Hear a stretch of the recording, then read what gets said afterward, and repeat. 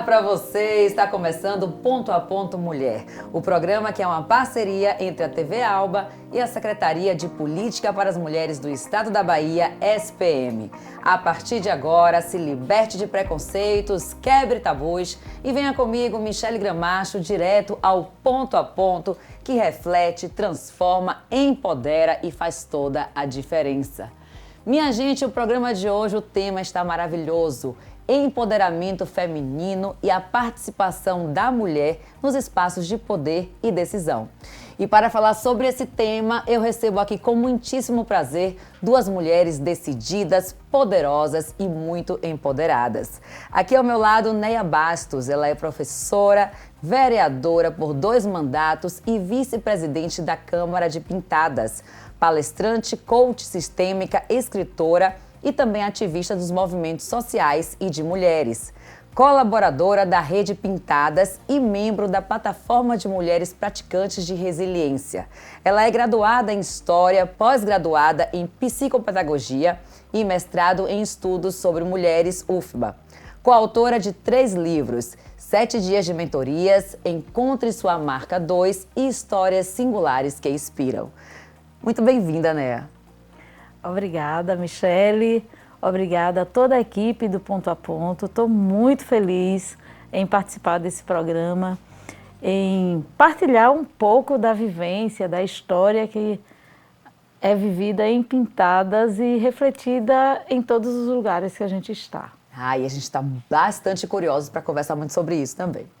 E para completar nosso time aqui hoje, ela, Solange Paixão, mulher negra, filha de agricultores, graduada em administração, pós-graduada em gestão de projetos sociais do terceiro setor e coordenadora geral do Centro Público de Economia Solidária, CESOL, Bacia do Jacuípe.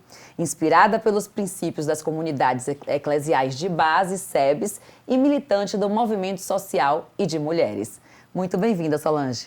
Obrigada, é um prazer poder estar aqui, poder partilhar um pouco dessa experiência com os movimentos sociais e com os empreendimentos de economia solidária que eu realizo lá na minha cidade de Pintadas. Que maravilha! Já viu que hoje tem muito assunto aqui, né, gente? E para começar aqui o nosso bate-papo, você sabe o que é empoderamento feminino ou empoderamento das mulheres? Nós já falamos sobre isso aqui no programa, mas é sempre bom relembrar, né, gente? Então, de acordo com o portal do Instituto Algar, o empoderamento feminino é um conceito que surgiu no século XIX e que consolidou como um movimento político, social e filosófico, com o objetivo de promover a força da mulher. Tem como principal característica a luta pela igualdade de gêneros e, por consequência, a maior participação das mulheres na sociedade. E aí, segundo a Wikipédia, o empoderamento das mulheres prepara e permite que elas tomem decisões determinantes para a sua vida em diferentes problemas da sociedade, elevando o status das mulheres pelo meio da educação, da conscientização, pela alfabetização e treinamento. Neia, o termo é do século retrasado, né? Mas parece que é sempre uma pauta muito recente. E o que você considera de avanço do século passado para hoje nesse quesito aí do empoderamento da mulher?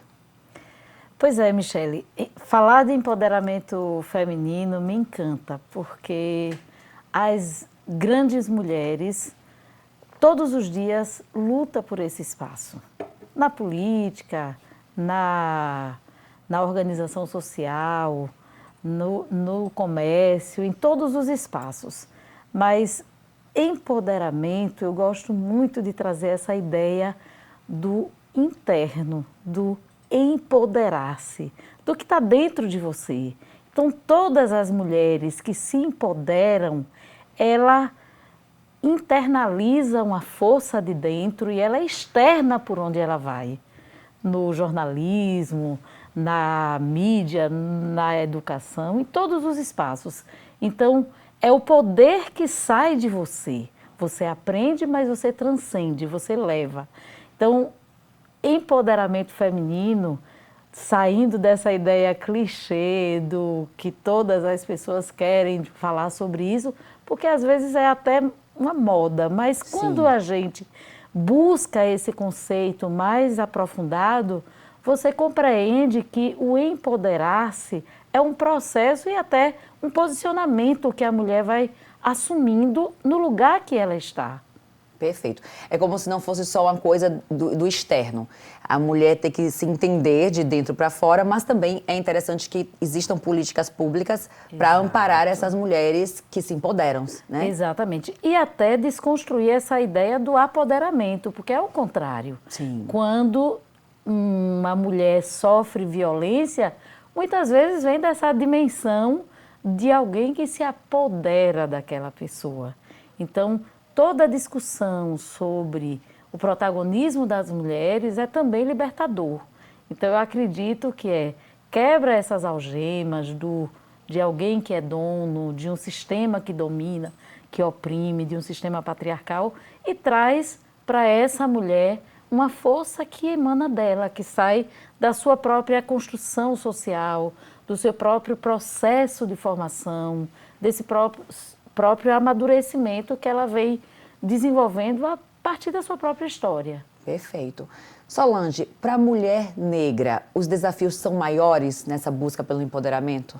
Com certeza, porque além do esforço, né, ela tem que provar que ela é capaz, né? E muitas vezes a mulher não está preparada para isso. E quando ela toma consciência do empoderamento, que ela precisa, além de estudar, ela precisa estar dona de si, né, podemos dizer assim, ela começa a reconhecer o seu papel, né? E muitas vezes nós, mulheres negras, precisamos sempre estar provando a nossa capacidade quando nós estamos em cargos de poder, quando assumimos alguma coordenação. Então, a gente percebe que o empoderamento, como Neia já citou, ela tem que nascer de dentro de você. E quando você se sente capaz, você resplandece isso, né? Então, você está no cargo, você está empoderado e você consegue trazer outras mulheres que percebem isso. E o importante é você perceber também que você pode ser espelho para uma criança que está no processo de estudo, reconhecer você naquela posição e saber que é capaz, né, também de chegar lá.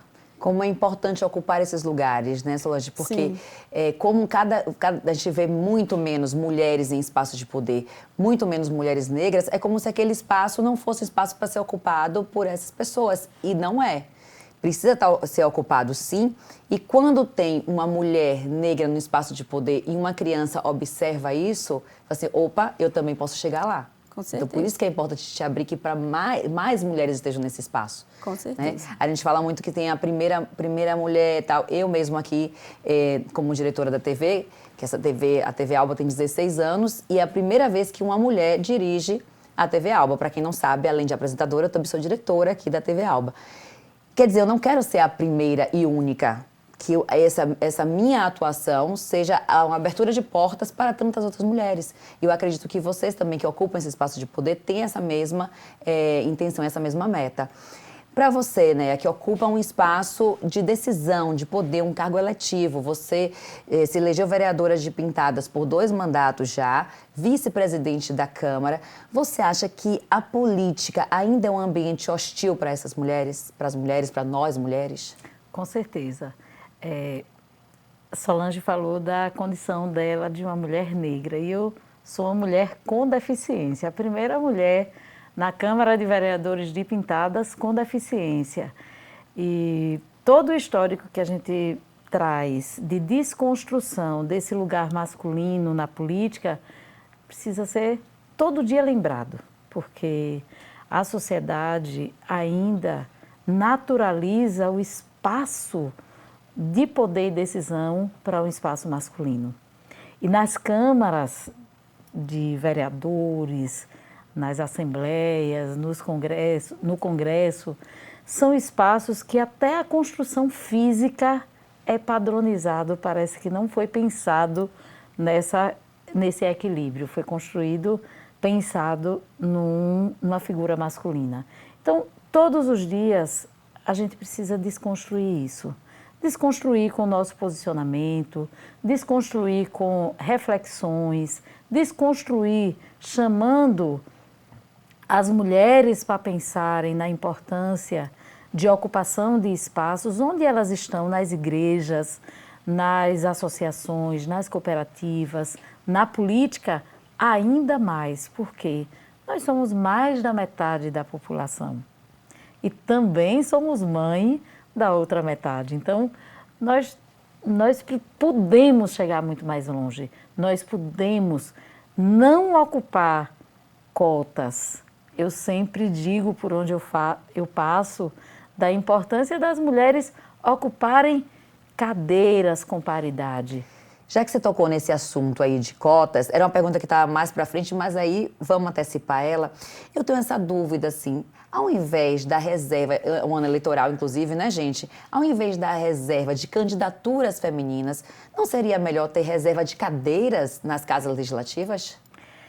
Eu acredito que esse é o nosso desafio por muitos anos ainda, porque é uma luta constante dos movimentos feministas, dos movimentos de mulheres, é uma busca por equidade. Por muito tempo se falava em igualdade, mas a gente precisa falar, inclusive ir mais longe, porque existe já uma desigualdade muito grande.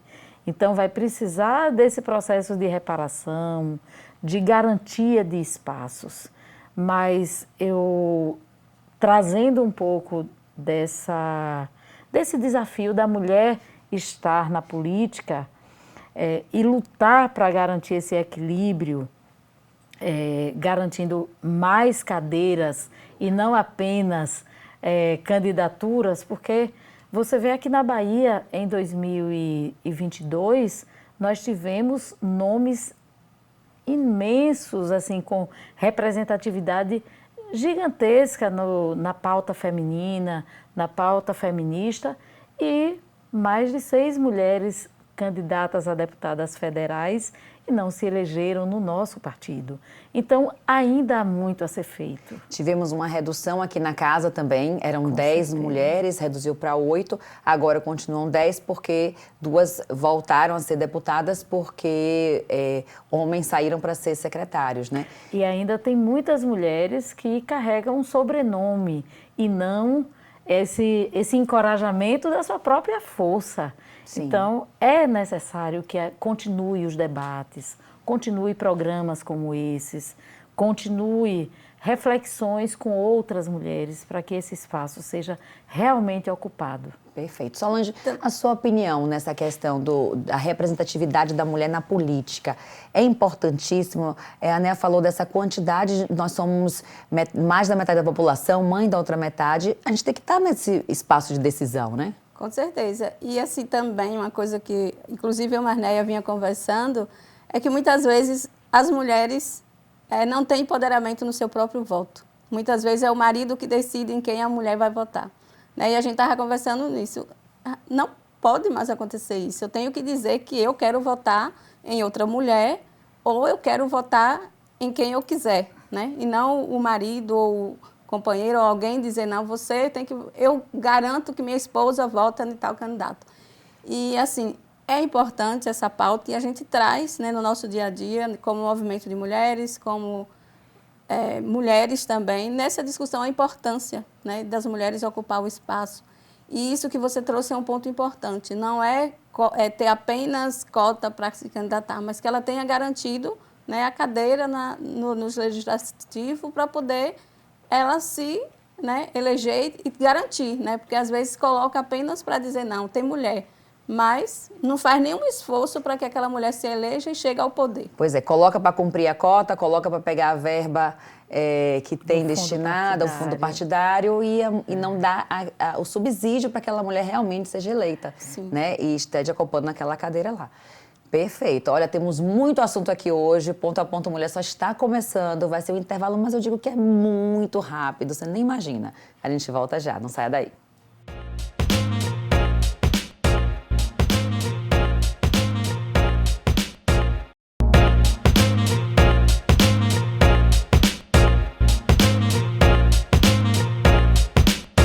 Estamos de volta com o Ponto a Ponto Mulher, hoje com o tema empoderamento feminino e participação da mulher nos espaços de decisão e de poder.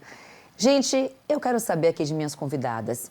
Eu acredito que é capaz de ter havido, sim, algum fato marcante na vida de vocês, de misoginia ou de discriminação pelo fato de serem mulheres. Eu vou começar com você, Sol. Você lembra de alguma coisa assim? Sol, porque eu tô íntima dela, entendeu? Te chamam de Sol? Sim. Ah, com certeza. Comum. Solange, isso é Sol? É Sol. É comum ser Sol, né? Isso é diário, né? Diário, assim, no sentido das pessoas...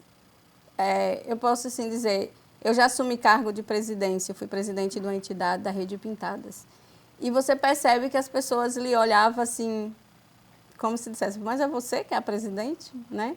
Então, assim, quando você se apresenta, eu sou a coordenadora geral do CESOL. Então, aparece sempre aquele olhar. Então, assim, é como eu disse no início, as pessoas, às vezes, não expressam, mas o olhar, o jeito... O olhar fala muito, né? Fala mais do que se ele falasse, né? Porque aí você dizer, não, ele falou, mas ele olha... E muitas vezes duvida da capacidade, né? E então, assim, são coisas que você está no dia a dia e você percebe. E aí eu mesmo tento mostrar que eu estou ali porque eu tenho capacidade e eu sou capaz e eu posso Mas estar é ali. cansativo, né, Sol? Muitas vezes Meu é cansativo. Deus do céu. Muitas vezes. Esse olhar de julgamento, esse olhar de que esse lugar aqui não é para você, o que você está fazendo aqui? É sim, a gente vai continuar insistindo cada vez mais. Acostumem-se, vai ter mais mulheres, vão ter mulheres negras, sim, ocupando esse espaço de decisão de poder. Porque só assim a gente consegue ter pluralidade, representatividade e políticas públicas adequadas, né? Porque melhor do que a gente para falar da gente... Ninguém. Ninguém. Então, Ninguém. a mulher tem que estar lá, sim. A mulher negra, a indígena, a mulher com deficiência física. Por sinal, você comentou, eu sou jornalista, fofoqueira e curiosa, né? Então, como eu não percebi se você ficar à vontade para falar, qual seria a sua deficiência física, né? Então, eu tenho uma deficiência no meu pé esquerdo. Eu tive paralisia infantil. E imagine, você é mulher, tem origem rural, você vem de uma família pobre, você tem uma deficiência e você está num lugar de invisibilidade. E eu gostaria até de trazer um exemplo bastante engraçado, que eu brincava muito quando eu estava fazendo mestrado na UFBA. As pessoas, quando fala com as pessoas do interior, muitas vezes acreditam que lá está desprovido do conhecimento. Aí muitas vezes eu ouvi assim, não, porque as mulheres lá do interior, é como se nós estivéssemos num distanciamento gigante. Né? E imagine você na política, você com uma deficiência, muitas vezes as pessoas te marginalizam até. E no lugar pequeno eu recebi muitas vezes apelidos, palavras pejorativas, neinha do pezinho. As pessoas aproximam você da sua situação mais frágil. Como se isso te definisse. Exatamente. Então, por muitas vezes eu sou muito tranquila, porque isso eu já trabalhei muito internamente, isso eu já ressignifiquei dentro de mim, mas eu não paro de lembrar o quanto é importante a gente exigir respeito. E eu faço isso todo dia. Na Câmara teve uma certa vez que eu falei, teve uma crise lá, um problema administrativo, e eu precisei iniciar o meu discurso. Qual o tamanho do seu pé? E de que isso importa? Para tudo que você representa, para tudo que você é capaz, para tudo que você é. Então, a nossa essência está muito além dos padrões normativos da sociedade. A nossa essência está muito... E o nosso poder está muito além do espaço geográfico, da condição social, da questão de raça, de classe, em todas as dimensões da vida. Então, quando no início nós falávamos de empoderamento feminino, e todos os dias eu lembro para as pessoas, nós somos capazes de ir, de estar onde você acredita, onde você compreende que ali é o seu lugar. Ninguém vai te definir senão você mesma.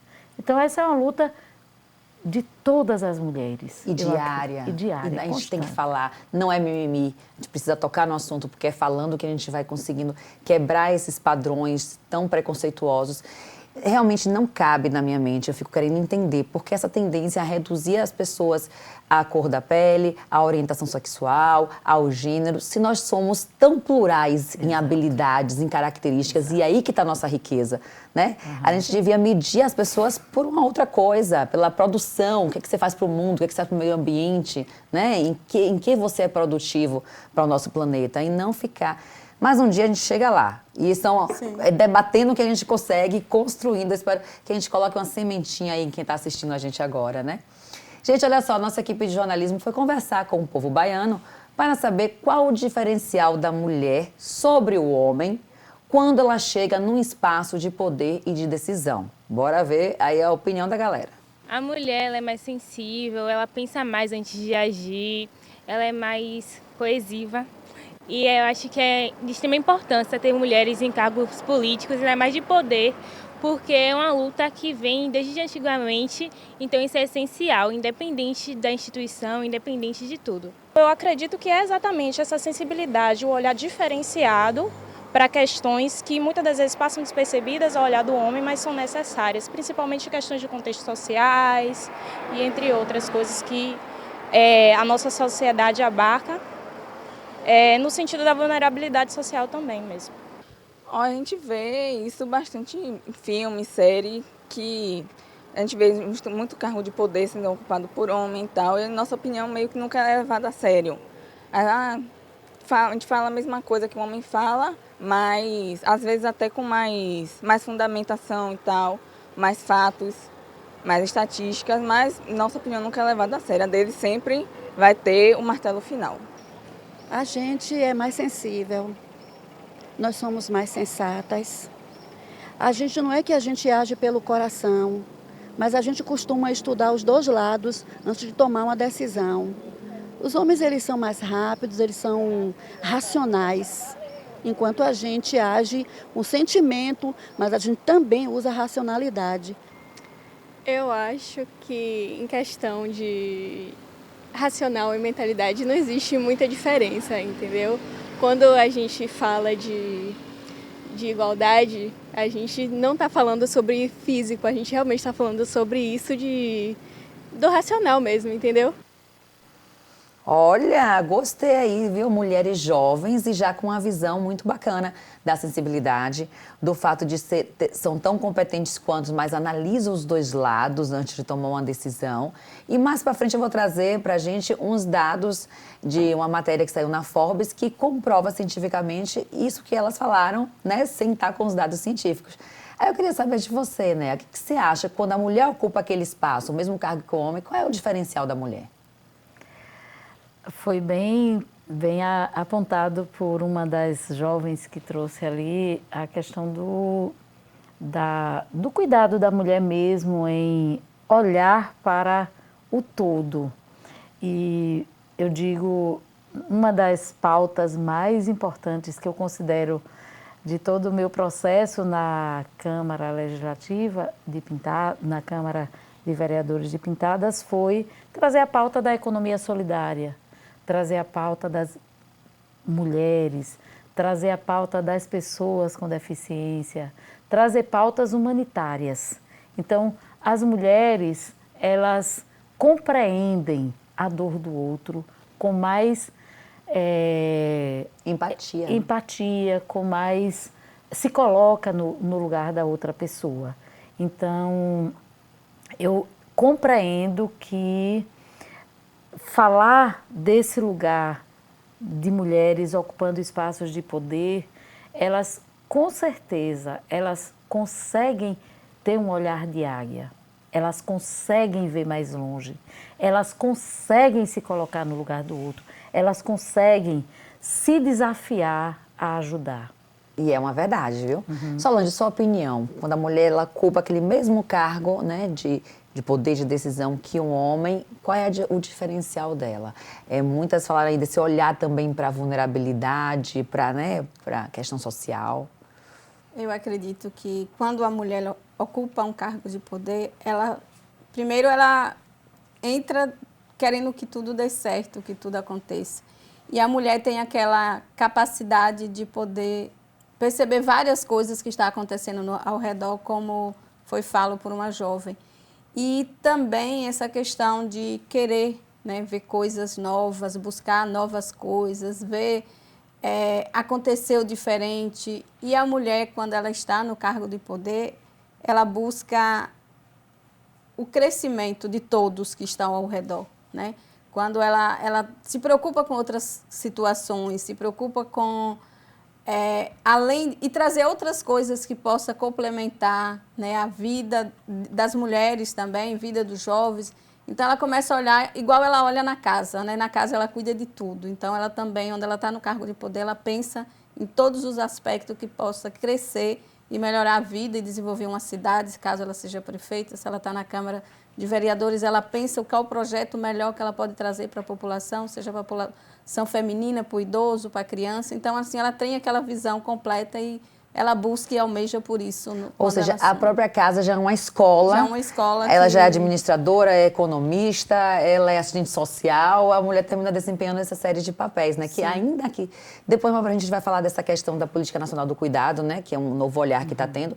Justamente por isso, porque a gente tem que parar de achar que o homem, ele é um companheiro ali, um marido que não tem que estar nos afazeres domésticos ou no cuidado com os filhos, com as crianças, né? Ele não é um ajudante, ele é tão responsável quanto a mulher, né?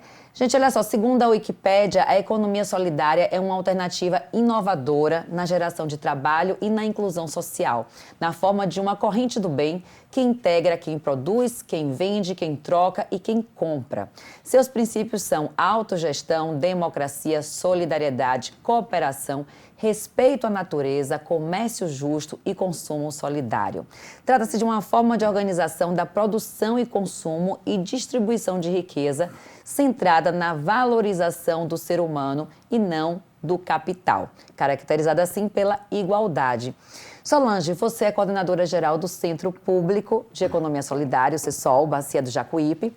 Explica um pouquinho para a gente como é que funciona o centro, né? Qual é a abrangência territorial e como a economia solidária pode influenciar nessa emancipação e empoderamento das mulheres. Ela influencia muito, né, nessa emancipação. Então, nós somos o Centro Público, nós na localização estamos na Bacia do Jacuípe, mas existe 14 centros públicos na Bahia, em outros territórios.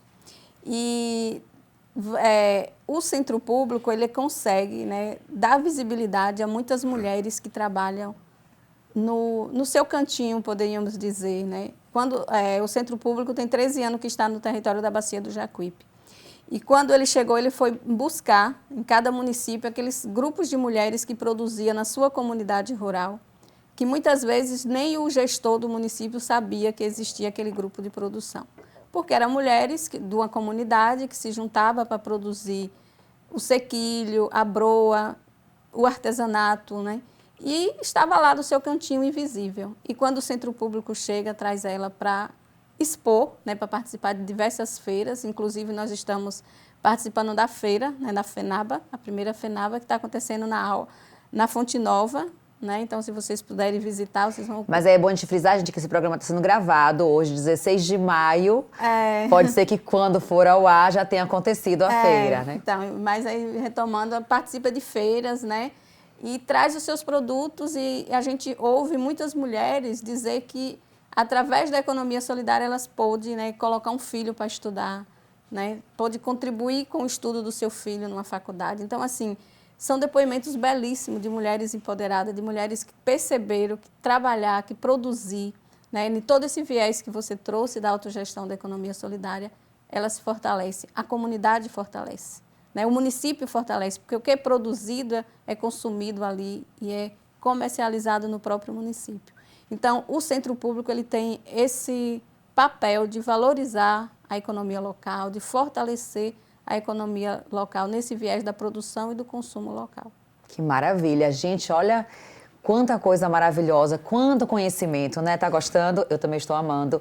Não saia daí, é um rápido intervalo e a gente volta já já. Fique aí, hein? Tô de olho.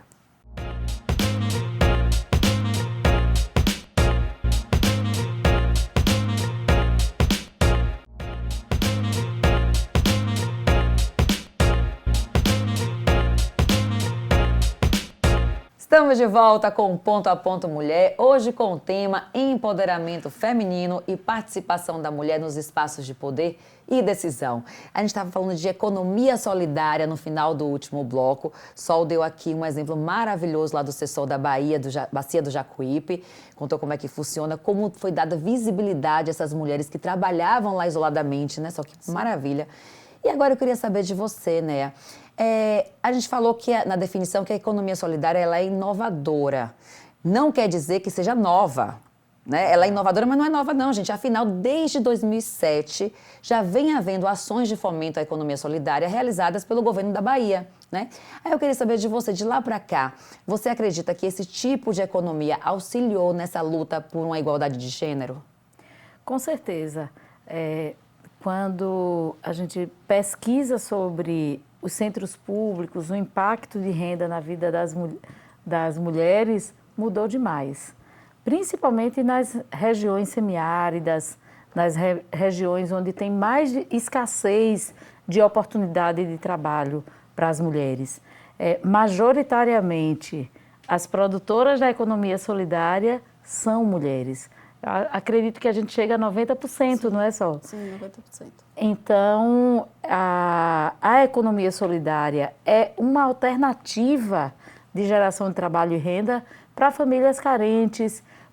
E o que eu acredito é que vale a pena essa pauta continuar, mas não apenas com estruturas pequenas, mas com uma dimensão macro de Estado, que seja uma política de Estado para que os grupos possam participar de licitações para servir lanches, coffee breaks, que a construção civil possa também ter cooperativas, que a economia solidária ela se amplie e realmente quebre um pouco dessa hegemonia das grandes empresas e seja uma descentralização de oportunidades, de equidade também nesse lugar de geração de trabalho e renda.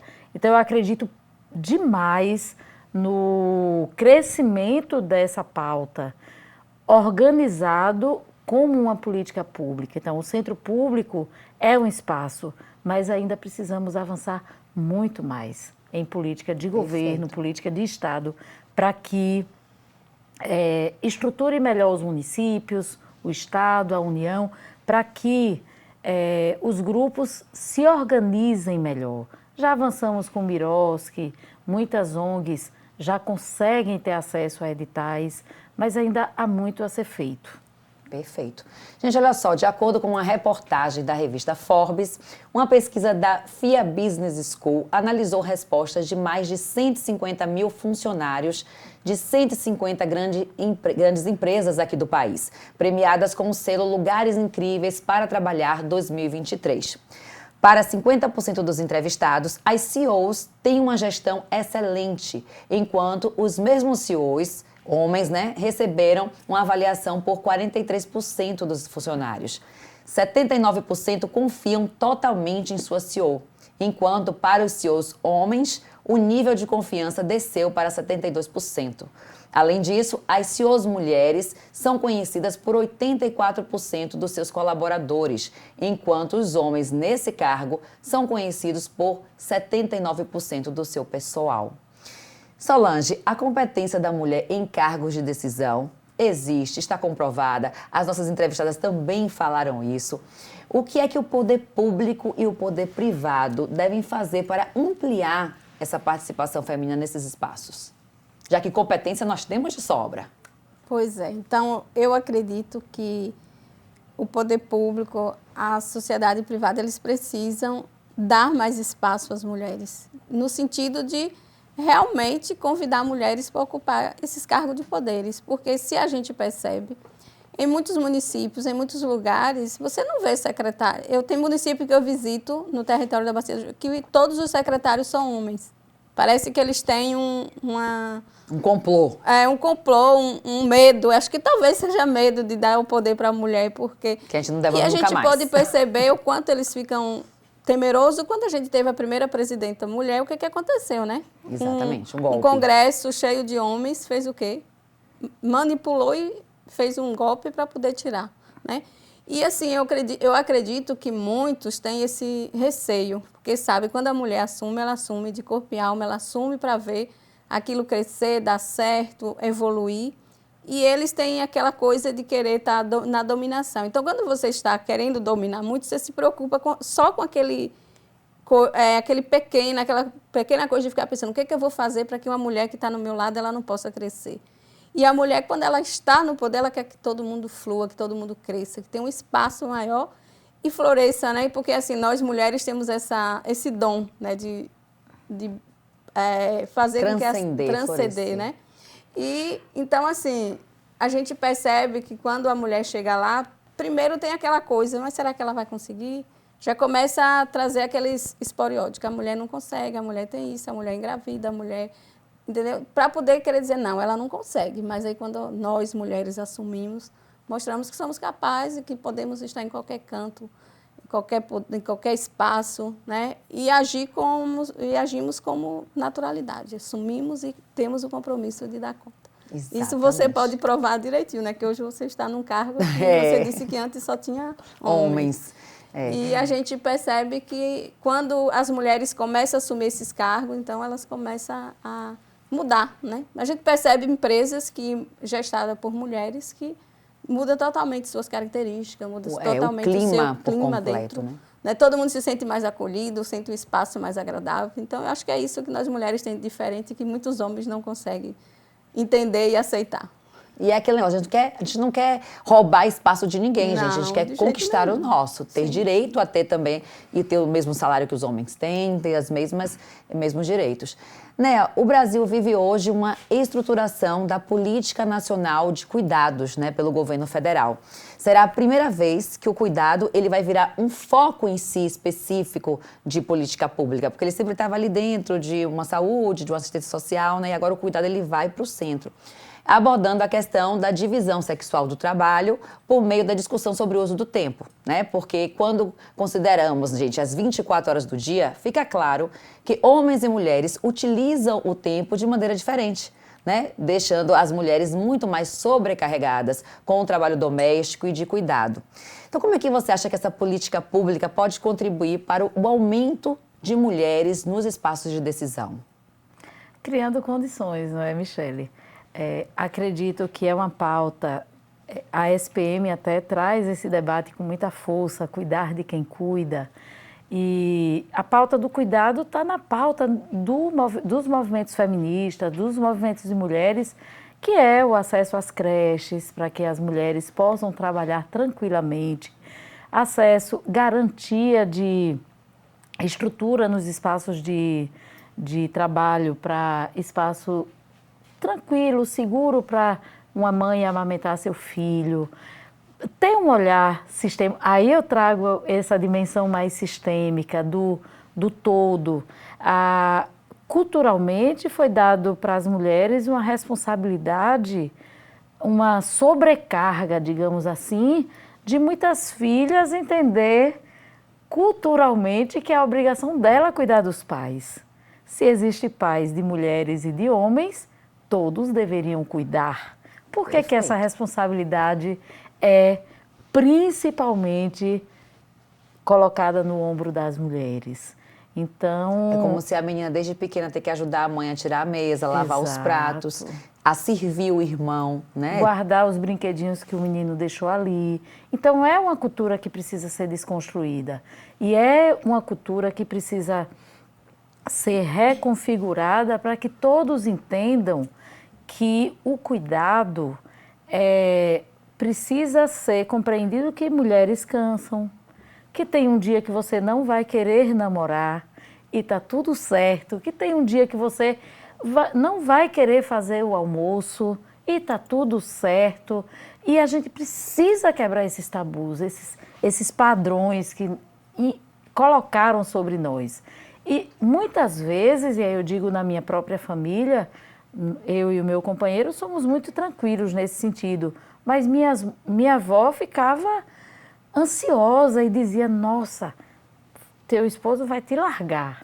É como se fosse algo tão assim que eu fosse um objeto que vai me largar porque eu não fui fazer o que era. Porque não botou almoço, porque não fez a Exato. janta. E isso, para ela estava falando na essência dela, ela acreditava mesmo naquilo. Foi que era construída minha assim, obrigação. né? Tá enraizado. Era a E eu minha acho obrigação. também que uma coisa que também precisa mudar é que não só a mulher é responsável pelo filho, pelos filhos, né? Que muitas vezes o homem trabalha, chega em casa, vai pro sofá, vai sentar e esquece que ele também é pai, né? Sim. Então cai a responsabilidade só sobre a mulher. Então eu acho que isso também precisa ser criada, essa cultura do cuidado da próprio casal, na própria família, né, em relação aos filhos. Com certeza. Né, você é coautora de 3 livros, né? Você trouxe alguns aqui pra gente ver. Fala um pouquinho sobre eles.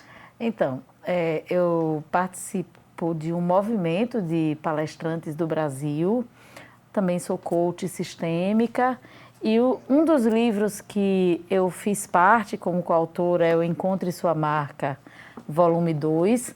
Nesse livro, eu abordo a temática de autoconfiança, empoderamento e legado, e eu trago um pouco da minha trajetória, da minha história de resiliência e de empoderamento pessoal e falo muito também desse lugar de fala que eu ocupo, então o empoderamento de dentro.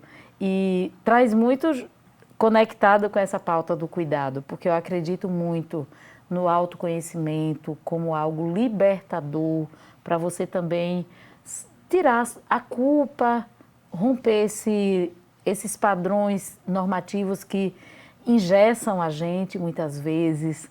E as mulheres todos os dias são convidadas a sair da sacristia das igrejas, a sair da cozinha, a sair do lugar de subjugamento e ir para o palco e ocupar o seu lugar e ocupar o seu espaço, porque a gente o tempo todo prepara as mesas para os homens sentar, prepara os altares para que os homens celebrem. A gente precisa quebrar isso.